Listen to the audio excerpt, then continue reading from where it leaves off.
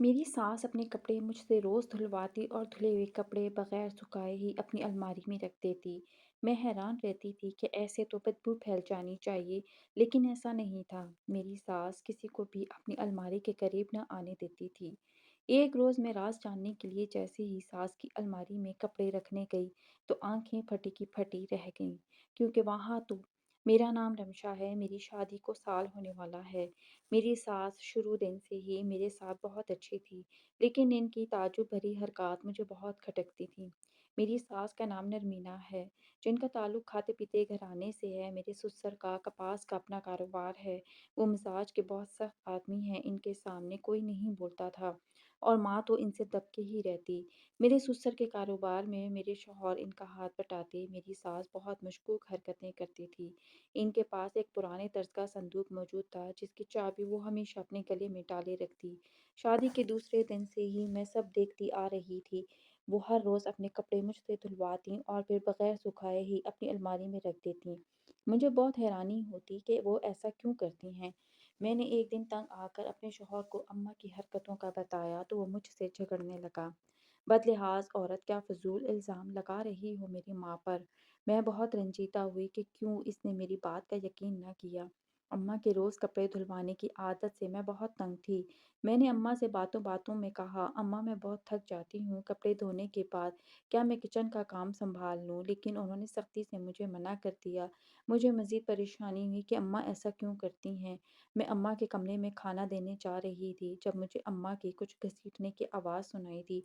मैंने खिड़की से झाँकने की कोशिश की, तो मुझे अम्मा वो संदूक बंद करती हुई दिखाई दी। मैं सोच में पड़ गई कि आखिर इस संदूक में ऐसा क्या है जो अम्मा इसे छुपाए रखती हैं और चाबी भी इतनी हिफाजत से रखती हैं। आज से 2 रोज़ पहले की बात है, जब रात में प्यास की शिद्दत से मेरी आँख खुली। मुझे अम्मा रात के आखिरी पहर किचन में जाती नज़र आईं। मैं हैरत में थी कि अम्मा रात के इस वक़्त यहाँ क्या कर रही हैं? अम्मा ने अपने हाथ में खाने की एक ट्रे थाम रखी थी। मैं हैरानी से इनको देख रही थी। इतना खाना वो कहाँ ले जा रही थीं? मैंने इनसे पूछा, अम्मा ये खाना आप कहाँ लेके जा रही हैं? तो बोलीं, मुझे बहुत भूख लगी थी, इसलिए मैं परेशानी के आलम में इनको जाता देखती रही, क्योंकि रात का खाना अम्मा हम सबके साथ खा चुकी थीं। अम्मा सीधी अपने कमरे की जानिब चली गईं। मैं कमरे में आकर सोचने लगी कि ये क्या माजरा है? अम्मा ये सब हरकतें क्यों करती हैं? मुझे कुछ समझ नहीं आ रहा था कि मैं क्या करूँ? मैंने सुबह मामूल के मुताबिक अपने सारे काम किए और अम्मा के कपड़े धोए। आज भी मैंने हिम्मत करके इनसे पूछा कि अम्मा आप अपने सारे कपड़े गीले अलमारी में रखती हैं, तो बदबू क्यों नहीं होती? आपके कपड़े ऐसे ही रहते हैं? तो अम्मा मेरी बात पर मुस्कुराते हुए बोली, बेटी मुझे ख़ारिश रहती है, जिसमें मुझे सूखे कपड़े काटते हैं मुझे, इसीलिए मैं गीले कपड़े ही पहन कर सोती हूँ, तो ही सुकून आता है। ये बीमारी मुझे शादी से पहले से ही है। इनकी बात पर मुझे अब भी यकीन ना आया, क्योंकि जो मैं अपनी आँखों से देख चुकी थी वो मामूली बातें तो बिल्कुल नहीं थीं, जिनको नज़रअंदाज किया जा सकता। मैंने इनकी बात पर सिर्फ इस में सर हिलाया और अपने काम में लग गई। अम्मा ने रोज़ की तरह अपने धुले गीले कपड़े उठाए और अपने कमरे की तरफ बढ़ गईं। मुझे बेचैनी ने आन घेरा। मैं भी इनके पीछे जाने लगी थी कि मेरे शौहर अरहम घर में दाखिल हुए। अरहम घर के इकलौते सपूत थे और मिजाज में बरहमी भी बाप से ही मिली थी। मैं मुतमईन थी, बस कमी थी तो एक औलाद की। अरहम ने मुझसे अपने खाते वाली किताब का पूछा और कमरे में चले गए। मैंने अम्मा के कमरे में जाने का इरादा मुलतवी कर दिया और अरहम के पीछे ही चली गई कि कहीं इनको मेरी कोई ज़रूरत ना पड़ जाए। खाता ढूंढने में कुछ देर तक अरहम जा चुके थे। मैं भी बाहर सहन में चली आई, जहाँ मेरी अम्मा पड़ोसन को कुछ हिदायत दे रही थीं, जिनकी बहू अभी हामला थी। अम्मा ने मुझे आते देखा तो अपने पास बुला लिया। मैंने इनको सलाम किया और चाय बनाने के बहाने उठ गई। इनकी नज़रें मुझे खुद का पीछा करती हुई महसूस हुई। मैंने किचन में खड़े ही कुछ आवाज़ें सुनी, जो हमारी पड़ोसन की थी। वो अम्मा को मुझे किसी डॉक्टर को चेकअप करवाने का बोल रही थी। मुझे इनकी बातों पर अपने अंदर खालीपन महसूस हुआ। रात का वक्त था, सब अपने कमरों में सोने जा चुके थे। अचानक मुझे बादल गरजने की आवाज़ सुनाई दी और मैं डर कर उठ गई। मुझे याद आया कि मैंने छत पर कपड़े सुखाए थे, बारिश में गीले हो जाएंगे। मैं जल्दी से पाँव में चप्पल पहनकर बाहर भागी, पर जैसे ही मैं छत पर पहुंची, तो मेरी आंखें बाहर उबलने को थीं। छत के बीचों बीच अम्मा खड़ी थी। वो भी शायद किसी काम से आई थी। पहन रखा था, लेकिन क्या उन्होंने वही सूट पहन रखा था जो मैंने धोया था? अम्मा ने आहट पर पीछे मुड़कर देखा तो गड़बड़ाकर बोलने लगी कि वो मैं कपड़े उतारने आई थी, मुझे फिक्र थी कि तुम्हारी मेहनत ज़ाया हो जाएगी। बोलते हुए मुसलसल इनकी ज़ुबान लड़खड़ा रही थी। जैसे वो झूठ बोल रही हों। मैंने इनसे कुछ ना कहा और कपड़े उतारने लगी। वो भी मेरे साथ ही नीचे चली आईं। मैंने अपने कमरे का रुख किया, दिमाग में उलझनों का जाल था कि ख़त्म ही नहीं हो रहा था। रोज़ बरोज़ अम्मा की अजीब हरकतों ने मुझे उलझा के रख दिया था। न जाने क्या राज था इन सब अजीबो-गरीब हरकतों के पीछे।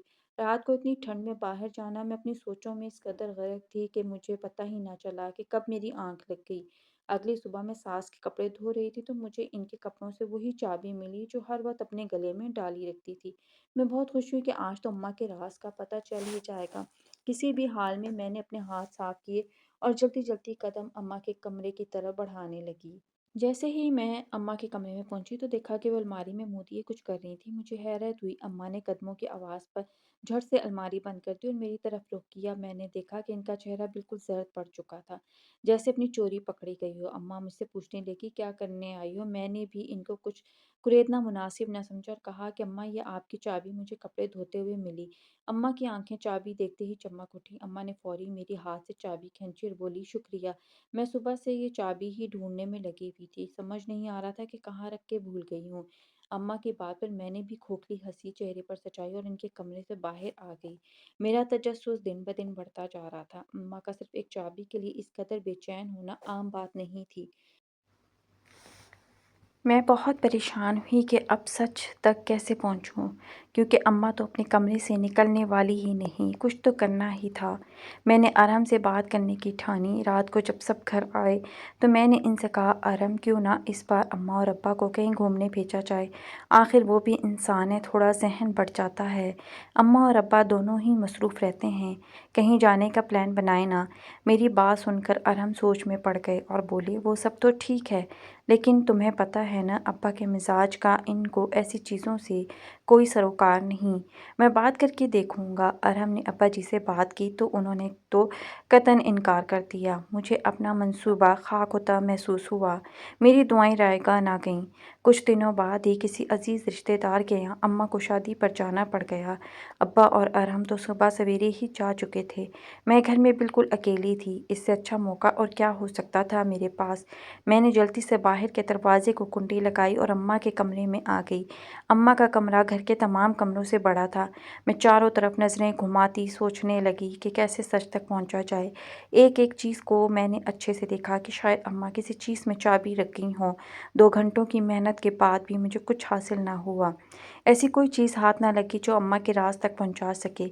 मैं मायूस होती बाहर जाने ही लगी थी कि मेरी नज़र अलमारी पर पड़ी। मैंने सोचा, क्यों न छुरी या किसी औजार से इसे खोला जाए। अपनी सोच पर अमल करने के लिए मैं किचन की तरफ भागी और वहाँ से छुरी लाकर अलमारी खोलने की कोशिश करने लगी। पर हाय रे किस्मत, कुछ ना हो सका। मुझे बड़ा दुख हुआ। इतना तरद्दुद करने के बाद भी लॉक ना खुल सका। अब मैं इस राज तक कैसे पहुँचूँगी जिसने मेरी दिन रात की नींदें हराम कर रखी हैं। ऐसा क्या करूं कि अम्मा वो राज सामने ले आए। ये तो खैर नामुमकिन बात में से था। मैं अम्मा के कमरे से मायूस होकर निकली और अपने कमरे में आकर बैठ गई। जहन बुरी तरह माऊफ हो गया था। सारी कड़ियाँ किसी बड़ी बात की तरफ इशारा करती नज़र आ रही थीं। आखिर कोई क्यों गले में चाबी डाल कर घूमे। ऐसा भी क्या है जो बहुत कीमती है और अम्मा वो सब की नज़रों से बचाना चाहती हैं। मैं तो सोच सोच कर थक चुकी थी। आखिरकार जहन में धमाका सा हुआ, क्यों ना मैं अम्मा के कमरे में रात को छुप जाऊं और सारा माजरा देखूं कि वो आखिर करती क्या हैं, इन गीले कपड़ों का क्या राज है। मैंने दिल में पक्का इरादा किया कि अब सबके सामने सच ला कर ही रहूंगी। मैं अपने कमरे में आराम कर रही थी जब अम्मा इंतहाई तैश के आलम में मेरे कमरे में आई और गुस्से से बोलने लगी, तुमने मेरे कमरे की तलाशी ली है जलील लड़की, तुम्हारी जुर्रत कैसे हुई? आखिर क्या लेने गई थी तुम वहाँ? किसकी इजाज़त से मेरे कमरे में गई थी तुम? अम्मा लाल पीली होती मुझ पर बरस रही थीं। मैं इनका गुस्से से सुर्ख चेहरा देख रही थी। इनको कैसे पता चला कि मैं इनके कमरे में गई थी? वो भी शायद मेरी सोच पढ़ चुकी थीं। तभी छुरी मेरे आगे लहराई कि अपने काले करतूत करके वहीं छोड़ आई थी। तुम आने दो, आज तुम्हारे शौहर को बताती हूँ इसे कैसे इसकी बीवी ने मेरा जीना हराम कर रखा है। अम्मा की बात सुन के मैं बहुत परेशान हुई, क्योंकि अगर अरहम को पता चल जाता तो न जाने क्या करता। मैंने अम्मा के आगे हाथ जोड़े, अम्मा मुझे माफ़ कर दें, आगे से ऐसा कुछ नहीं होगा। अम्मा मुंह बसोरती बाहर चली गई। मैं रोते हुए अल्लाह से दुआ करने लगी कि अम्मा अरहम को कुछ ना बताएं। शुक्र था कि अम्मा ने इनको कुछ ना बताया, लेकिन इस दिन के बाद अम्मा की नज़रें हर वक्त मुझे खोजने में लगी रहती।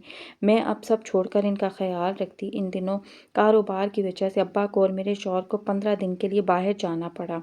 अब घर में सिर्फ़ मैं और मेरी सास अकेले थे। मेरी सास मुझे दिन-रात काम में मसरूफ़ रखतीं। इन दिनों मैं बिल्कुल भूल चुकी थी कि मुझे किसी बात का भी पता लगाना है। अम्मा मुझे रात गए काम पर लगा देतीं, ना जाने उन्हें क्या हो गया था। मैं बहुत परेशान रहती कि आखिर अम्मा ऐसा क्यों कर रही हैं मेरे साथ। मैं और अम्मा एक ही कमरे में सोते थे, लेकिन अभी तक अम्मा ने मेरे सामने कोई हरकत ना की थी। ऐसे जैसे मेरा शक इन पर जाए। ये अब्बा के जाने के 5वें दिन की बात है, जब अम्मा को मैंने किचन से काफ़ी सारी खाने की चीज़ें ले जाते देखा। वो सारा सामान एक थैले में भर रही थीं। मुझे ताज्जुब हुआ कि अम्मा ये सामान कहाँ लेकर जाएंगी और किसको देंगी। अभी मेरी हैरत दूर ना हुई थी कि अम्मा मुझे वापस आती दिखाई नहीं। मैं जल्दी से इनके आने से पहले सोने के लिए लेट गई। अम्मा ने कमरे में आकर वो थैला बेड के नीचे रखा और अपने बिस्तर पर जाकर लेट गईं। मुझे बहुत हैरानी हुई कि ये क्या हो रहा है। अम्मा का बेड के नीचे थैला रखने का मकसद क्या है? मेरी तो सांसें ही रुकने लगी थीं अम्मा की उल्टी सीधी हरकतों से। अब मुझे बेहद खौफ महसूस होता। वो जो करती थीं आम बातें तो नहीं थीं जिनको नज़रअंदाज किया जा सके। मैंने दिल में आयतुल कुर्सी का विर्द किया और आगे की कार्रवाई का इंतज़ार करने लगी कि अब अम्मा क्या करेंगी। लेकिन वो अपने पलंग पर घोड़े गधे बेचकर सो चुकी थीं। मेरी नींद आंखों से कोसों दूर थी। अम्मा ने मुझे मजबूर कर दिया था अपनी हरकतों से कि मैं अब हकीकत तक पहुंचूं। मैंने वो सारी रात आंखों में काटी और सोचती रही कि इन सब से क्या निकलने का हल क्या है। आज अम्मा की कुछ सहेलियां घर आ रही थीं। अम्मा ने मुझसे सारा खाना बनाने को बोला। मैंने खाना तैयार करके अम्मा को बताया। तब तक इनकी सहेलियां भी आ चुकी थीं। वो सब भी अच्छे खाते पीते घरों से थीं। अम्मा ने इनसे मेरा तारुफ करवाया। सब बहुत अच्छी थीं सिवाय एक के जो मुसलसल तंज के तीर अम्मा पर बरसा रही थीं। वो शायद अम्मा को काफ़ी अजीज़ थीं। जभी तो चुपचाप वो बर्दाश्त करती रहीं। खाने का दौर चला तो अम्मा ने मुझे अपने कमरे से पानदान लाने को कहा कि खाने के बाद सब पान खाएंगे। मैं अम्मा के कमरे में आई और पानदान बाहर ले जाने लगी। अचानक मेरा पाँव मुड़ा और पानदान नीचे जा गिरा। अभी मैं दर्द से ना संभली थी कि सामने पड़ी चीज़ को देखकर मेरी नज़र इस पर जम कर रह गई। ये वही चाबी थी जो मुझे अम्मा के राज तक पहुंचा सकती थी। मैंने झपटने के अंदाज में वो चाबी ली और इसे अपने पल्लू के नीचे छुपा लिया। फिर सारा पानदान समेटकर बाहर चली आई, जहाँ अम्मा मेरा इंतज़ार कर रही थीं। मैंने पानदान अम्मा के सुपुर्द किया और ख़ुद सर दर्द का बहाना बनाकर कमरे में आ गई। मुझे बेहद खुशी थी कि आज रात अम्मा के सोने के बाद मैं इस राज तक पहुँच जाऊँगी जो अम्मा हम सब से इतने सालों से छुपा के आ रही थीं। आखिर कौन सी ऐसी वजह है जो इनको ये करने पर बेबस करती है। मैं अपने ख्यालों में गुम थी जब अम्मा की आवाज़ सुनाई दी। वो शायद चाय का बोल रही थी। मैंने गहरी सांस भरी और किचन में आ गई। मैंने चाय का पानी चूल्हे पर रखा और पत्ती डालने लगी, पर अचानक ही पत्ती की खुशबू से मुझे चक्कर आने लगे। अम्मा जो किचन से कुछ लेने आ रही थी, मुझे सर थामता देखकर फ़ौरन मेरी तरफ बढ़ी और मुझे गिरने से बचाया। अम्मा ने जल्दी से मुझे लिटाया और डॉक्टर को बुलवाया। जो खबर डॉक्टर ने सुनाई, इसे सुनकर तबीयत पर छाई सारी कसावत दूर हो गई। दिल में जैसे खुशियों की नई कौंपलें फूट पड़ी थीं। मैंने अपने रब का शुक्र अदा किया जिसने मेरी ज़िंदगी का सबसे बड़ा दुख सुख में बदल दिया। अम्मा तो मेरे सदके वारी जा रही थीं। अम्मा ने मेरा बहुत ख्याल रखना शुरू कर दिया था। आखिर को वो भी दादी बनने जा रही थीं। मैं जब हामला हुई तो एक दिन अम्मा मेरे पास एक पोसीदा सी कमीज़ लेकर आ गईं जो काफ़ी गीली थी। मुझे इसे देखते हुए भी कराहियत महसूस हो रही थी। अम्मा ने मुझे वो कमीज़ पहनने को कहा। मुझे हैरत हुई, अम्मा मुझे ये कमीज़ क्यों दे रही हैं, वो भी इस कदर गंदी। अम्मा की बात पर मैंने सिरे से इनकार कर दिया कि मैं ये नहीं पहनूंगी। तो अम्मा बोली, जब मैं हामला हुई थी तब मैंने यही पहनी थी क्योंकि तुम्हारे ससुर को वारिस चाहिए था और यही इस घर की रीत है। चाहे कुछ भी हो जाए, पहली औलाद वारिस होगी। तुम्हारे ससुर ने सख्ती से कहा है कि इनको पहला सपूत अपने ख़ानदान का नाम चलाने वाला चाहिए, वरना अपने घर बैठने को तैयार रहना। मेरे बेटे के लिए लड़कियों की कोई कमी नहीं। अम्मा की बातें सुनकर तो मुझे धचका सा लगा। अब्बा आखिर इतनी कड़वी बातें कैसे कर सकते हैं? वारिस का इस कदर गरूर। मैं रोने लगी तो अम्मा ने मुझे चुप करवाया और कमीज़ पहनने की तायद करती वहाँ से चली गईं। मैं अजीब नज़रों से पास पड़ी फटी पुरानी कमीज़ को देखने लगी जो काफ़ी बुरी हालत में थी। मैंने सोच लिया था कि किसी कीमत पर भी मैं ये कमीज़ नहीं पहनूंगी। मैं अम्मा के कमरे के बजाय आज अपने कमरे में थी। जब मुझे खटके की आवाज़ सुनाई दी, मैं डर गई। मेरे और अम्मा के अलावा कौन हो सकता है इस वक्त? میں ہمت کر کے اٹھی اور باہر کی جانب قدم بڑھایا۔ آج بھی معمول کی طرح اماں کھانا لے کر اپنے کمرے کی طرف جا رہی تھیں۔ مجھے سمجھ نہ آیا کہ کیا کروں، میں بھی چھوٹے قدم اٹھاتی ان کے پیچھے چلی آئی۔ اماں اپنے کمرے میں آئیں اور کھانا میز پر رکھا۔ ایک نظر ادھر ادھر دیکھا اور بیڈ کے نیچے رکھے صندوق کو نکالا اور اسے کھولنے لگی۔ جیسے ہی اماں نے وہ صندوق کھولا، میرے پاؤں تلے سے تو زمین ہی نکل گئی۔ اس صندوق میں موجود چیزوں کو دیکھ کر میں حیرت زدہ ہو گئی۔ پورے صندوق میں طرح طرح کے کھلونے اور کپڑے تھے۔ اماں نے اس میں سے ایک کھلونا نکالا اور صندوق کو واپس تالا لگایا۔ میں حیران کن نظروں سے یہ سارا منظر دیکھ رہی تھی، جس کے بعد اماں چلتی ہوئی الماری کے پاس آئیں اور اسے کھولا۔ جو ہی اماں نے الماری کے پٹ کھولے، میری روح لرز گئی، جسم بے جان سا ہونے لگا۔ الماری کا پٹ کھولتے ہی ماں نے اسے سائڈ پر کھسکایا، جہاں کوئی خفیہ راستہ دکھائی دے رہا تھا۔ مجھے بہت خوف محسوس ہوا۔ میں نے ڈرتے ڈرتے اس جگہ پر اماں کے پیچھے قدم رکھے۔ میرے جسم کی کپکپاہٹ، ٹانگوں کی لرزش مجھے واضح محسوس ہو رہی تھی۔ اماں ایک راستے سے گزر کر چھوٹے سے کمرے کی طرف چلی آئیں۔ میں ان کے پیچھے دیوار کی اوٹ میں چھپ گئی، پر اپنے سامنے یہ منظر دیکھتے ہی میری آنکھیں پھیل گئیں، زبان جیسے کو تالا لگ گیا ہو۔ میں کسی پتھر کی مورت کی طرح پتھرائی نظروں سے سامنے دیکھ رہی تھی، جہاں اماں کسی 13-14 سال کی بچی کو وہ کھلونا دے کر کھانا کھلا رہی تھی۔ میرے حواس ساتھ چھوڑنے لگے تھے۔ وہ بچی کچھ الگ سی تھی۔ اس سے پہلے کہ میں گر پڑتی، میں نے پاس پڑی میز کو تھاما۔ اماں پیچھے آہٹ پاتے ہی چکنا ہو گئی۔ وہ مڑ کر مجھے دیکھنے لگی۔ مجھے دیکھتے ہی ان کا رنگ فک ہو گیا، چہرہ بالکل سفید پڑ گیا۔ ان کو بھی سمجھ آ چکی تھی کہ میں ساری حقیقت جان چکی ہوں۔ اماں نے خود کو سنبھالا اور میرے سامنے آ کھڑی ہوئیں۔ مجھے اماں پر بے حد غصہ تھا کہ یہ کیا کھیل رچا رہی ہیں۔ میں نے چھوڑتے ہی ان سے سوال کیا، کون ہے یہ بچی اور اس طرح اسے سب سے چھپا کر کیوں رکھا ہے آپ نے؟ اتنے سال سے اگر آپ نے مجھے سچائی سے آگاہ نہ کیا تو میں ابھی ابا کو فون کر کے بلوا لوں گی۔ میری بات سن کر وہ رونے لگی۔ میری دھمکی کارگر ثابت ہوئی اور اماں ساری کہانی بتانے لگی۔ میری جب شادی ہوئی ہم بہت غریب تھے۔ میری جس سے شادی ہوئی وہ بہت سخت مزاج، ارحم کے ابا گرم مزاج کے مالک تھے، شروع سے ہی ظالم جابر۔ انہوں نے شادی کے بعد سے مجھے کوئی سکھ نہ دیا۔ شادی کے تیسرے ماہ ہی انہوں نے اور ان کے گھر والوں نے وارث کی رٹ لگا لی۔ انہیں بیٹی کے نام سے نفرت تھی کہ ہمیں اب وارث چاہیے۔ ارحم کے ابا مجھے دن رات بانجھ ہونے کے طعنے دیتے۔ میں بہت پریشان رہنے لگی۔ ان سب باتوں کی وجہ سے اماں نے میرے لیے پیر بابا کے مزار پر منت مانگی کہ مجھے اولاد ہو جائے، اور میں ہر روز اس منت کا دیا جلانے مزار پر جانے لگی۔ ایک رات میں واپس آ رہی تھی کہ میرے کانوں میں سراہٹ ہوئی۔ وہ کسی بچے کے رونے کی آواز تھی۔ میں فوراً آواز کی سمت لپکی۔ جنگل میں درخت کے بالکل ساتھ ایک بچہ سفید کپڑے میں لپٹا ملا۔ میری روح لرز گئی کہ کون منحوس بد نصیب ہے جو اس طرح اپنی اولاد کو بے یار و مددگار چھوڑ کر چلا گیا ہے۔ میں نے اس بچی کو لیا اور گھر آ گئی۔ شاید یہ خدا کی طرف سے میرے لیے انعام تھا، میری دعاؤں کا۔ میں نے اسے سب سے چھپا کر رکھا۔ میری جس بھی چیز کو یہ چھوتی اس میں برکت ہو جاتی۔ یہ میری آزمائی ہوئی بات ہے۔ جب جب یہ میرے گیلے کپڑے کو چھوتی تو میرے گھر رزق میں برکت ہوتی۔ اس کا ذہنی توازن خراب تھا۔ میں اسے چھپا کر رکھتی۔ اگر میں کبھی ارحم کے ابا کے سامنے بیٹی کا ذکر بھی کرتی تو وہ برہم ہوتے اور بولتے کہ بیٹیاں تو صرف ناک ہی کٹواتی ہیں۔ مجھے نہیں چاہیے ایسی منحوس۔ اگر مجھے بیٹی ہوئی تو میں اسے خود اپنے ہاتھوں سے دفنا دوں گا۔ مجھے صرف میرا وارث چاہیے، جو میری طرح ہو، ایک مرد جو مضبوط اور طاقتور بھی۔ مجھے ان کی سوچ پر افسوس ہوتا، لیکن میں بے بس کر ہی کیا سکتی تھی۔